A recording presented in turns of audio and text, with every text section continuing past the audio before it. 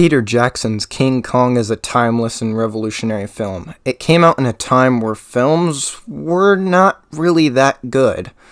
Daredevil and Elektra and other films of that sort. However, there were a few good ones like Batman Begins, Revenge of the Sith, V for Vendetta, few others that came out at that time that were either good, great, amazing, but 2005 to 2003 was just not a good time for films. The film starts off showing and introducing the characters. All the characters get into a boat. Carl wants to change course to Skull Island, a local legend amongst the people of New York. Some action and tension is throughout the ship as the new revelation sits in with the crew members. After the crew can't locate their position, they end up going right to Skull Island after getting stuck with some rocks. They find the island inhabited by a tribe, who kill everyone and take Anne to sacrifice her to Kong. The rest of the movie, till the last 40 minutes, is Kong protecting Anne while the search group slowly is whittled down to almost nothing. Jack gets Anne back and takes her to the ship, in which the crew capture Kong and take him to New York for Carl's show. The military sends planes after Kong escapes the theater and finds Anne, and he climbs up to the Empire State Building. The planes kill Kong, as he's not equipped to deal with modern technology, and he falls off the Empire State Building, where Carl explains it wasn't the planes, it was beauty that killed the beast. This is an amazing film. Some very good positives of the film is that it excels in almost every form of filmmaking, from choreography, cinematography, musical score, acting, set design, visual effects, sound design, and all the beautiful stuff in between. As you could probably tell from the screenshots, this movie's CGI is very beautiful. I feel as if the movie will be timeless and won't ever look dated. Big props to the visual effect workers in this film because this movie looks jaw-dropping. The cinematography and choreography are both stellar. The T-Rex fight and final battle with the planes definitely being a highlight.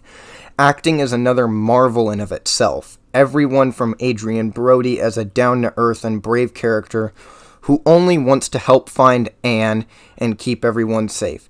Jack Black as Carl Denham is an excellent casting decision. He goes through an arc in this film.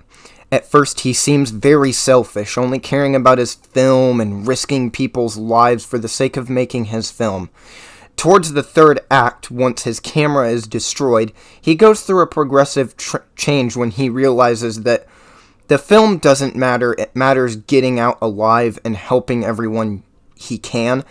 He goes from more selfish to helping out the group, wishing Jack good luck on finding Anne, ultimately helping the crew capture Kong and take him back to New York.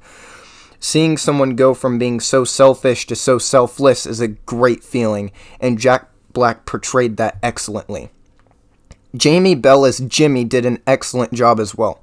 You get the sense that he's tired of being treated like a kid despite being quite old, and really just wants to help find Anne along with Jack, Hayes, Carl, and the rest of the group. He wants to play the hero.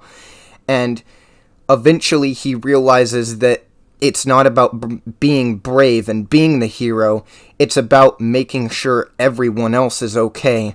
And he just wants to prove himself to Hayes because Hayes is his father figure. Once Hayes dies to Kong, you feel the sadness and loss of a father figure that Jimmy has and that Jamie Bell portrays. As the two have a father-son dynamic throughout the film, Jimmy's backstory is that he was found by Hayes on his ship with his arm broken in 2 different places. Hayes says Jimmy was more wild than half the animals that were in the cages. Jimmy goes from being a thieving troublemaker to a hero.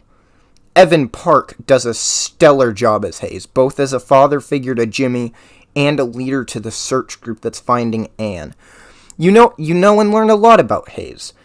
He is currently a sailor after being in World War I. You can see that being in the world has affected him greatly and gave him a unique set of skills. He probably lost a lot of friends in the war, which is why he's so protective of Jimmy and the rest of the group. Anne as a character I have very mixed feelings on. Does she fit her purpose in the story? Yes, she does. She's the whole reason that the group is finding her. She serves as Kong's sort of object to protect. Does Anne need to be in the film? Yes and no. She needs to be in it to give the group incentive to leave the boat and go deeper in the island. But other than that, her character is pretty static. She doesn't really go through any big change. I suppose her trusting Kong after a while is somewhat of a change, but the only reason I could see her doing that is because he kept her safe from the thousands and thousands of things that can kill you on Skull Island. You see at the beginning of the film that she's a struggling dancer and not making that much money. So obviously she knows the hardships of life. She even has a huge crush on Jack Driscoll, who is a writer for a lot of things, and she wants to be in a play that he writes. And you can really tell that she has this kind of high school girly crush on him. And he doesn't get it at first, but then when he goes after her, she doesn't want it because she has her feelings that are mixed and she doesn't know what to do. Other good things about the film is the cinematography and choreography. Both are excellent. The amazing cinematography is really shown through Skull Island as a place and sort of as a character. Skull Island as a place is very well done. Every shot shows how huge it is while not giving you the full scope. Skull Island is built up in the first act as a scary and dangerous place, and when it's finally shown an hour and 20 minutes into the film, it definitely does not disappoint. The choreography is very good as well. The fight scenes have punch and weight to them. They feel stylish, but they feel wild and brutal. They aren't stylized like a dance. The action scenes feel real and brutal while obviously not being too violent to keep that PG-13 rating they were going for. Set design is another stellar element to this film. Obviously half the film takes place on the island, which, as I've said before, feels real and authentic. The other half is taken place either in the city or on the ship, which, again, also feels authentic and realistic. The way they portray scenes in the ship is claustrophobic and distorted because the ship is always moving. It creates a wave formation of the camera work that can make some feel seasick or have motion sickness, which I imagine was very hard work and a lot of effort. So big props to the camera team for making that happen and making it in a way where it looked real and it didn't look fake. The city, which also in the time of the film, the time the film takes place in, is the 1930s, which is the time the film takes place in. From the cars to the dresses and suits to the guns and ships to everything between, it all looks really brought in from the 30s. You could take a picture from 1930 and it's put into this film with so much energy. The musical score, composed by James Newton Howard, is absolutely brilliant. The sweeping music as the camera shows Skull Island never fails to bring my eyes glued to the screen in awe.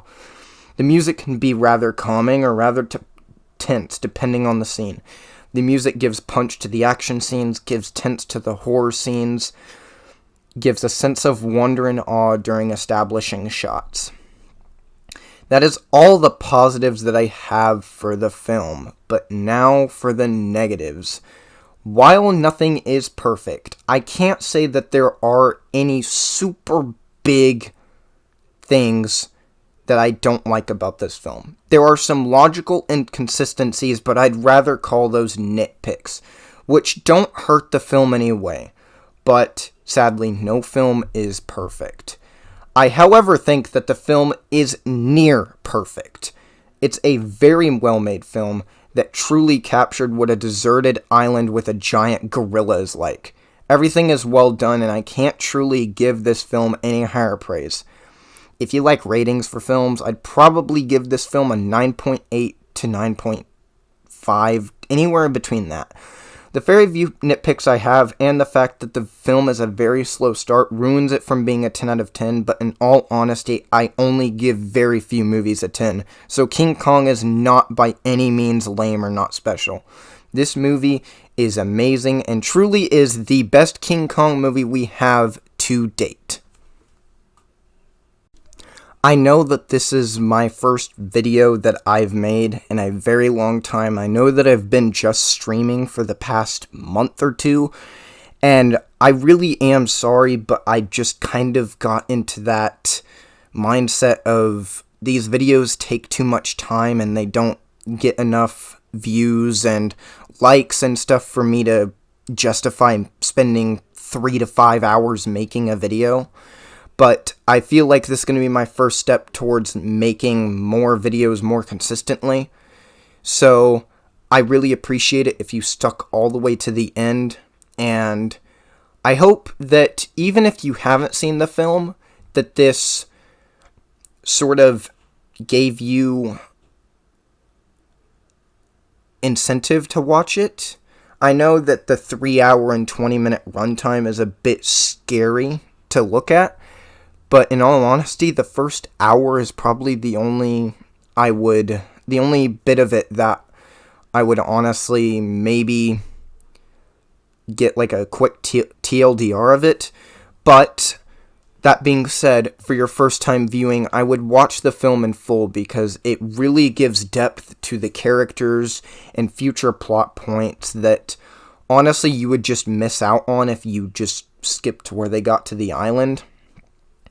But I appreciate everyone who watched this review, and I really enjoyed making it. It was actually way shorter than I expected. I honestly expected this review to be like 20-30 minutes long, but I guess a short review here and there isn't so bad. So this has been The Senate, and I will see all of you beautiful people next time.